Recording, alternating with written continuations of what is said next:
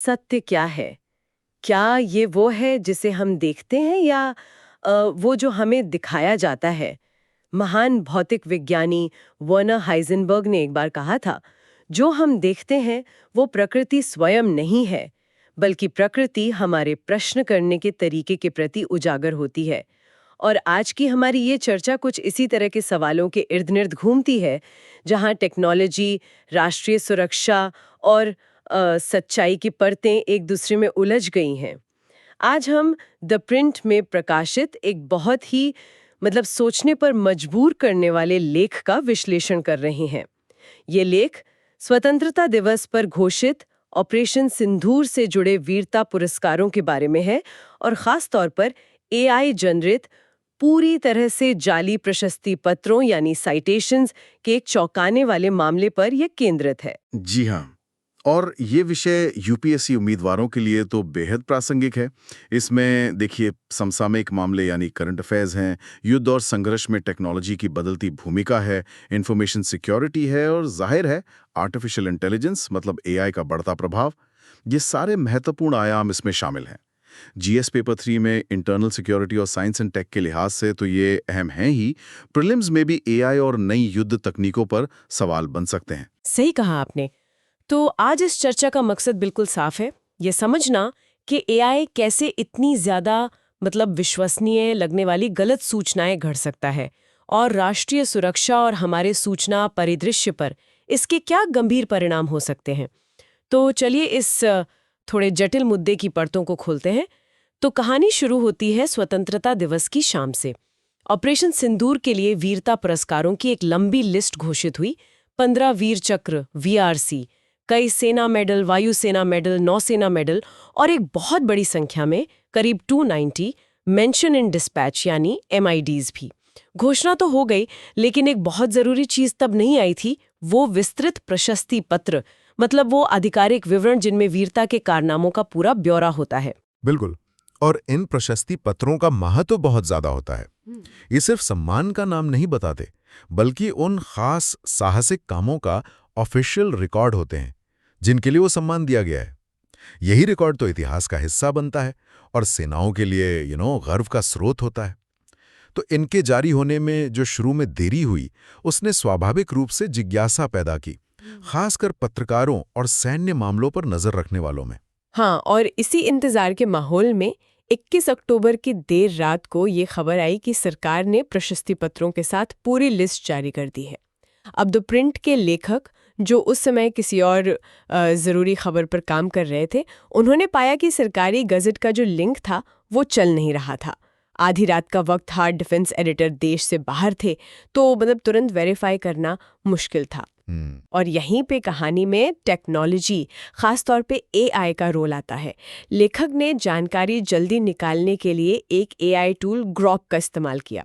उन्होंने ग्रॉक से कहा कि भाई गज़ट से सारे प्रशस्ति पत्र निकाल दो, और एआई ने जो नतीजे दिए वो पहले नज़र में तो किसी ब्लॉकबस्टर वॉर फिल्म की स्क्रिप्ट जैसे लग रहे थे, बिल्कुल सनसनीखेज। हाँ, और एआई ने जिस तरह की उसमें विशिष्टता डाली थी, स्पेसिफिक डिटेल्स, जैसे स्क्वाड्रन कमांडर का रैंक बता दिया, S-400 जैसे खास हथियार सिस्टम का नाम ले लिया, या पाकिस्तान के अंदर के जगहों के नाम बता दिए, उससे वो कहानियां पहली नज़र में ज्यादा भरोसेमंद लगी।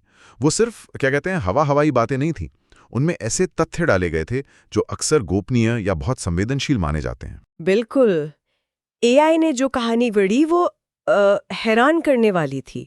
उसने बड़े नाटकीय हवाई युद्ध के किस्से गढ़े, जिसमें मिसाइलों से बचते हुए डैमेज्ड विमानों को सुरक्षित वापस लाते पायलटों का जिक्र था। यहाँ तक कि एक डॉग फाइट में पाकिस्तानी मिराज को मार गिराने की बात भी कह दी। फिर उसने दुश्मन के इलाके जैसे बहावलपुर और मुर्दके में अंदर तक घुसकर किए गए जमीनी ऑपरेशन की कहानियां बताईं। इतना ही नहीं, एआई ने तो हमले के दौरान S-400 जैसे बेहद संवेदनशील उपकरणों की मरम्मत करते हुए एक तकनीशियन नाम दिया कॉर्पोरल सुरेंद्र कुमार, उनकी शहादत की कहानी भी बना डाली और बताया कि उन्हें मरणोपरांत वायुसेना मेडल मिला। और तो और एक काल्पनिक महिला पनडुब्बी स्क्वाड्रन कमांडर प्रिया देसाई, उनका भी एक किस्सा गढ़ दिया कि उन्होंने पाकिस्तानी पनडुब्बी का पीछा किया। और साथ में ये भी कह दिया कि गोपनीयता के कारण ज्यादातर जो मेंशन इन डिस्पैच MIDs पाने वाले हैं उनके नाम छुपा दिए गए हैं, मतलब रिडैक्ट कर दिए गए हैं। हाँ, तो ये समझना मुश्किल नहीं है कि कोई भी इन डिटेल्स को देखकर क्यों उत्साहित हो सकता है। लेकिन यहीं पर, जैसा आपने कहा, पत्रकारिता का अनुभव और वो आलोचनात्मक नज़र काम आती है।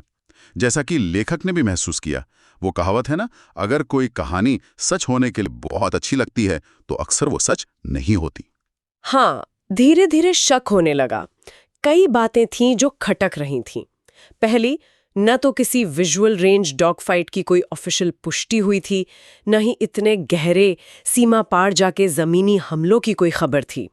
दूसरी बात, क्या सरकार वाकई S-400 जैसे अपने सबसे कीमती और स्ट्रेटेजिक सिस्टम को हुए किसी भी नुकसान की बात सार्वजनिक रूप से मानेगी, वो भी एक प्रशस्ति पत्र में? ये सामरिक नजरिए से बहुत असंभव सा लगा। सूचना के प्रवाह को बहुत सख्ती से नियंत्रित करती हैं।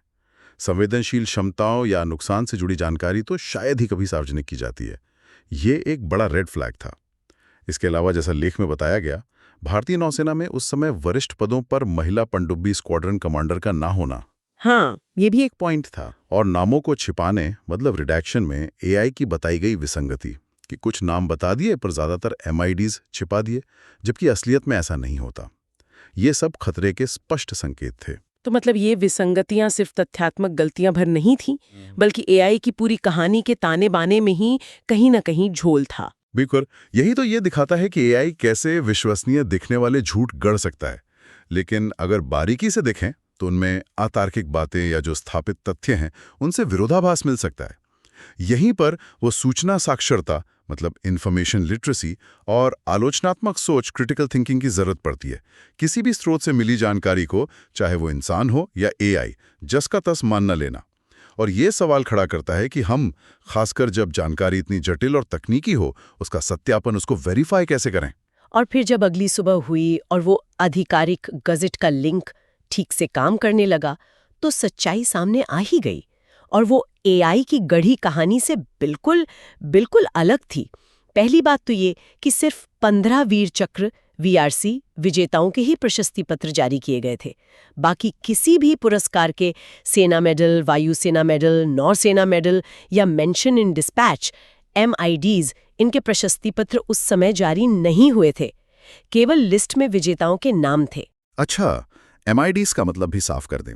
मेंशन इन डिस्पैच यानी उन सैनिकों का आधिकारिक उल्लेख जिनकी वीरता महत्वपूर्ण थी पर शायद पदक के स्तर की नहीं मानी गई। हाँ, बिल्कुल। दूसरी बात, लिस्ट में सभी पुरस्कार विजेताओं के नाम थे, जिनमें सारे MIDs शामिल थे। कोई भी नाम छुपाया हुआ, मतलब रिडैक्टेड नहीं था। एआई का ये दावा तो पूरी तरह गलत निकला। और तीसरी और शायद सबसे ज्यादा चौंकाने वाली सच्चाई थी सुरेंद्र कुमार के बारे में। हाँ, इस नाम के एक वायुसेना कर्मी को मरणोपरांत वायुसेना मेडल दिया गया था, ये सच था।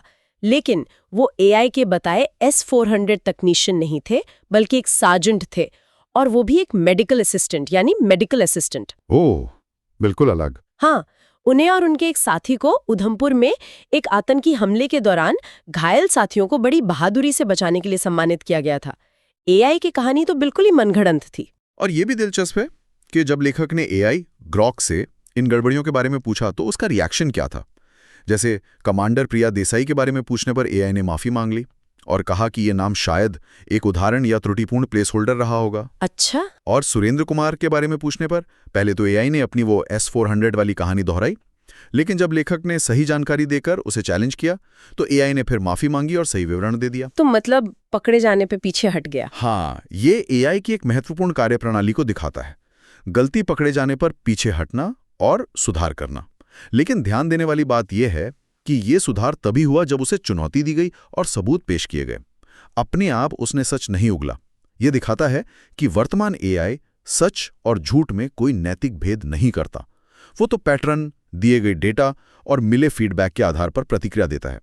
वो सही जवाब देने की कोशिश करता है, जो जरूरी नहीं कि सच्चा जवाब हो। इस पूरे प्रकरण से क्या सबक मिलता है? क्या ये सिर्फ एक तकनीकी गड़बड़ी का मामला है या इसके मायने कहीं ज्यादा गहरे हैं? इसके मायने बहुत गहरे हैं और ये सिर्फ एक तकनीकी गड़बड़ी से कहीं आगे जाते हैं। पहला बड़ा सबक तो ये है कि एआई अब सिर्फ जानकारी को इकट्ठा या सारांशित नहीं करता, वो सक्रिय रूप से नैरेटिव गढ़ सकता है। इस मामले में ही देखिए एआई ने वीरता के कुछ वास्तविक तथ्यों जैसे पुरस्कारों की घोषणा, कुछ असली नाम को बड़े रणनीतिक तरीके से हानिकारक या सनसनीखेज झूठ जैसे S-400 को नुकसान, डॉग फाइट, गहरे हमले के साथ मिला दिया। ये साधारण दुष्प्रचार से ज्यादा खतरनाक है क्योंकि ये सच और झूठ का एक ऐसा मिश्रण तैयार करता है जो विश्वसनीय लगता है। ये स्वचालित लक्षित नैरेटिव युद्ध मतलब ऑटोमेटेड टारगेटेड नैरेटिव वॉरफेयर की क्षमता की ओर साफ इशारा करता है। और यहीं पर छठी पीढ़ी के युद्ध या 6th GW की अवधारणा आती है जिसका जिक्र उस लेख में भी है। यूपीएससी उम्मीदवारों के लिए ये समझना क्यों जरूरी है? हाँ बिल्कुल, देखिए 5वीं पीढ़ी के युद्ध में हम पहले ही साइबर हमले, इंफॉर्मेशन वॉरफेयर, प्रोपेगेंडा जैसे गैर पारंपरिक तरीके देख रहे हैं। 6GB इसे एक कदम और आगे ले जाता है, जहां एआई का इस्तेमाल करके सूचना और धारणा मतलब परसेप्शन के क्षेत्र में बेहद परिष्कृत, स्वचालित और बड़े पैमाने पर हेरफेर किया जा सकता है।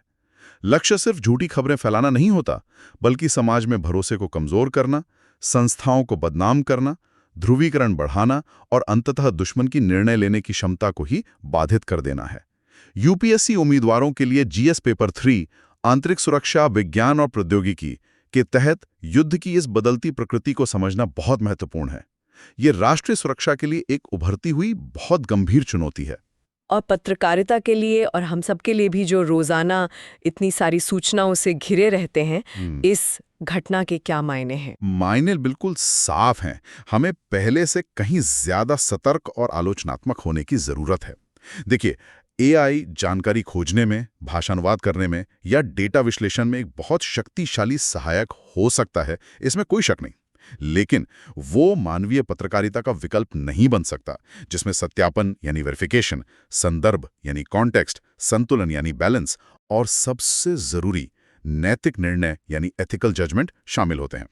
हर सूचना स्रोत पर सवाल उठाना, खासकर अगर वो बहुत सनसनीखेज लगे या हमारी पहले से बनी हुई मान्यताओं की पुष्टि करता हुआ लगे, और उसे क्रॉस वेरीफाई करना अब पहले से कहीं ज्यादा जरूरी हो गया है।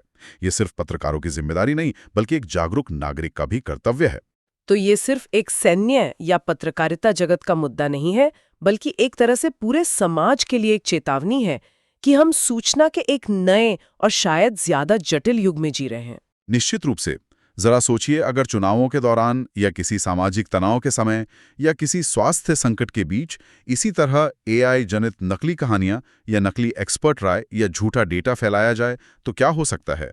इसका असर सामाजिक ताने-बाने पर, लोकतांत्रिक प्रक्रियाओं पर और यहां तक कि अंतर्राष्ट्रीय संबंधों पर भी बहुत विनाशकारी हो सकता है। ये दिखाता है कि एआई के विकास के साथ साथ हमें इसके दुरुपयोग को रोकने और सूचना की गुणवत्ता बनाए रखने के लिए भी मजबूत तंत्र, मजबूत सिस्टम विकसित करने होंगे। बिल्कुल सही कहा। तो मुख्य संदेश जो टेक अवे है वो स्पष्ट है। एआई एक अभूतपूर्व क्षमता वाला उपकरण है, इसमें कोई दो राय नहीं।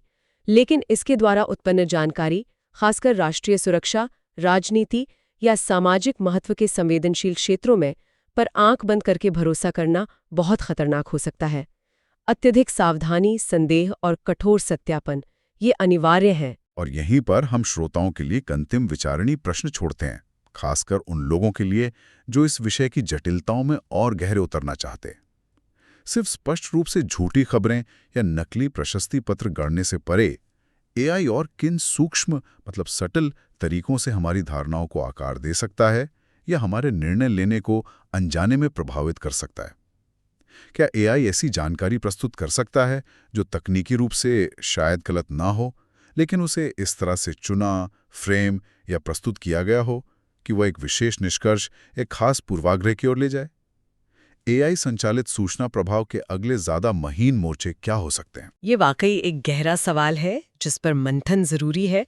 आज की ये गहन चर्चा द प्रिंट में प्रकाशित शेखर गुप्ता के लेख AI's gallantry fakes and 6th generation warfare पर आधारित थी। हम अपने सभी श्रोताओं, विशेष रूप से यूपीएससी की तैयारी कर रहे उम्मीदवारों को इस घटना और इसके निहितार्थों पर गंभीरता से विचार करने के लिए प्रोत्साहित करते हैं। ये निश्चित रूप से प्रौद्योगिकी, सुरक्षा और सूचना के बदलते परिदृश्य को समझने के लिए एक महत्वपूर्ण केस स्टडी है। इस चर्चा पर आपके क्या विचार हैं? क्या आपके मन में कोई सवाल है या आप किसी और पहलू पर चर्चा चाहते हैं? नीचे टिप्पणी में हमें जरूर बताएं। अगर आपको ये विश्लेषण उपयोगी लगा तो कृपया लाइक करें, सब्सक्राइब करें और इसे उन लोगों के साथ साझा करें जिन्हें इस विषय में रुचि हो सकती है।